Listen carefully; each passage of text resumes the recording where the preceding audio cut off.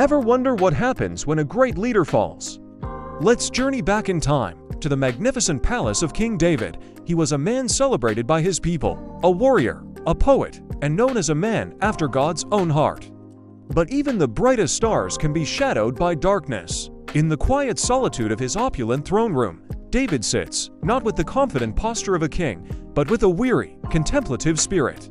His crown is slightly tilted, a subtle sign that all is not right in his kingdom or within his own soul. The shadows in the background seem to lengthen, hinting at a secret he holds, a transgression that has quietly poisoned his spirit. He had everything: power, wealth, a kingdom, and the favor of God. Yet, in a moment of weakness, he had stumbled, falling into a sin that would echo through the ages. Into this tense silence walks a figure, not of royalty, but of divine authority.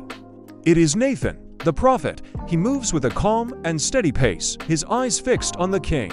David looks up, his expression a mixture of surprise and curiosity, completely unaware of the spiritual reckoning that is about to unfold. He sees a trusted advisor, not the messenger of a divine confrontation.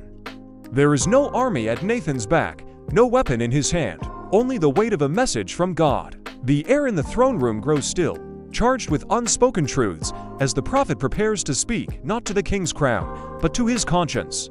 Nathan begins, not with an accusation, but with a story, a simple parable designed to bypass the king's defenses and speak directly to his heart. He tells of two men in a city, one rich and one poor. The rich man had vast flocks and herds, more than he could ever count. The poor man had nothing, save for one little ewe lamb that he had bought and nourished.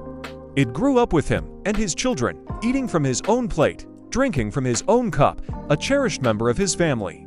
Then, a traveler came to the rich man's house. But instead of taking a lamb from his own abundant flock, the rich man seized the poor man's only lamb and prepared it for his guest.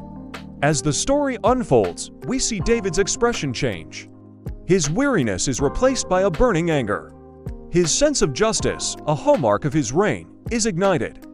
He leans forward, his hands clenching, utterly incensed by this act of selfish cruelty. How could anyone be so heartless? He pronounces a swift and harsh judgment upon the rich man in the story, declaring that he deserves to die for his merciless deed. In that moment, the trap is sprung. The story was never about a rich man and a lamb. It was a mirror. Nathan's calm demeanor transforms into one of solemn, piercing intensity. He looks directly at the king, his voice steady but firm, and delivers for words that shatter the royal facade and strike at the core of David's being. "You are the man." The atmosphere in the room tightens instantly. The shadows, once just a backdrop, now seem to rush in, clinging to David, externalizing the immense internal pressure he feels. There is nowhere to hide, no excuse to offer, no royal decree that can silence this truth.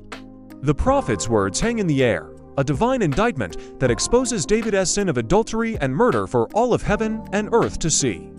He had taken another man's wife and then arranged for that man's death. He was the rich man, Uriah was the poor man, and Bathsheba was the lamb. The weight of this revelation is crushing. David, the powerful king, the giant slayer, crumbles. His head bows low, the anger on his face melting away into a mask of profound realization, shame, and heartbreaking sorrow. The room itself seems to darken, the soft palace light dimming as if acknowledging the gravity of his sin. His entire posture changes, slumping under the invisible burden of his guilt. This isn't just regret, it's a deep, soul-shattering conviction. He could have reacted with pride, lashed out at the prophet, or used his power to silence the truth. Kings have killed messengers for less, but David does none of these things. In this moment of utter brokenness, his true character, the heart that God saw, begins to show. He doesn't fight the conviction, he receives it. The journey from conviction to repentance is a solitary one. We next see David alone, kneeling on the cold palace floor. The symbol of his earthly power, his crown, has been removed and set aside. He is no longer a king asserting his authority, but a broken man humbling himself before his God. His hands are clasped, not in a gesture of command, but of desperate prayer. And as he confesses his sin, a subtle shift begins to happen.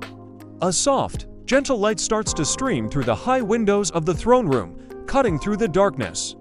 It's the first light of dawn, a visual promise of hope and the possibility of forgiveness. This is the turning point, the moment a broken heart cries out, not for justice, which it deserves, but for mercy, which it desperately needs. The final scene is one of quiet restoration. The warm, golden light of morning now fully illuminates the room, chasing away every last shadow. The darkness has passed. David rises slowly from his knees, his movements deliberate. He is still a king, but he is changed. The arrogance is gone, replaced by a deep, settled humility. He is a man who has faced the ugliest part of himself and has been met not with condemnation, but with grace. He is forgiven. Nathan, his task complete, turns and walks away, leaving David standing alone in the light. He is reflective, forever marked by his fall, but also forever grateful for the mercy that lifted him back up. God's truth, delivered through a faithful friend, didn't come to destroy him, but to save him. It came to restore his relationship with God and to remind us all that no one is beyond the reach of redemption. This story teaches us a powerful lesson. Stand firm in truth, listen when corrected, and always let it lead you back to God. Thank you for watching. If this story resonated with you, please like this video and subscribe for more content that explores the depths of faith and the power of redemption.